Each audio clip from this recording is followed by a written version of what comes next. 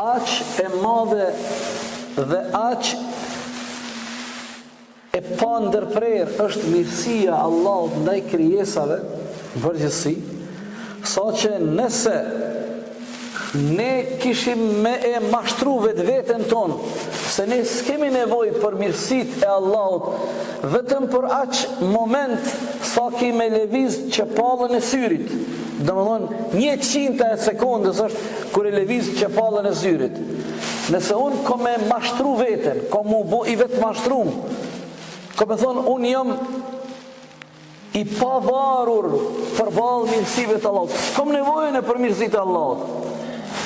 As për këtë qast, 1/100 e qastit, nuk mundemi me qenë të pavarur, por nevoja jone dhe varësia, nevoja dhe varësia jone për mirësitë dhe dhuratat e Allahut është e pa ndërprerme në çdo moment.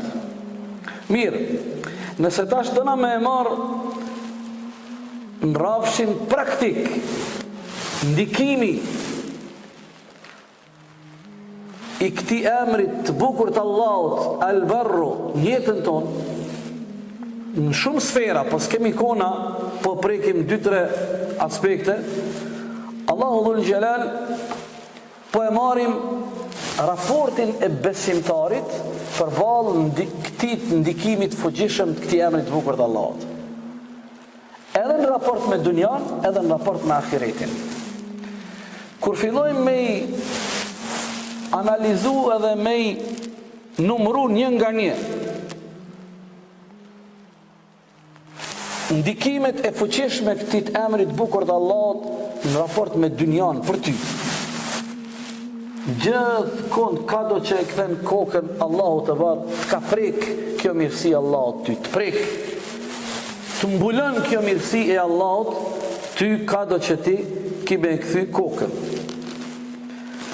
A dini vllazën, këtu du me ban një shembull, e ky shembull është shembull i keq, që i ndodh një pjesë prej robëve të Allahut.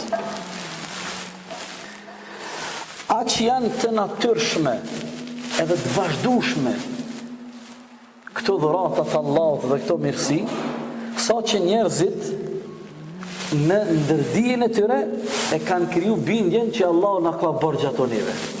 Mbajnë mend, ky është shembull i keq i disa prej robëve të Allahut. Disa njerëz, domthonë, kuptoje, kështu po fillojnë, edhe një herë. Këto mirësitë e Allahut janë të rëndomta, s'ndalen 24 orë, në çdo rrethon, në çdo gjendje, fare s'është më rëndësi, a besimtara, nuk o besimtara.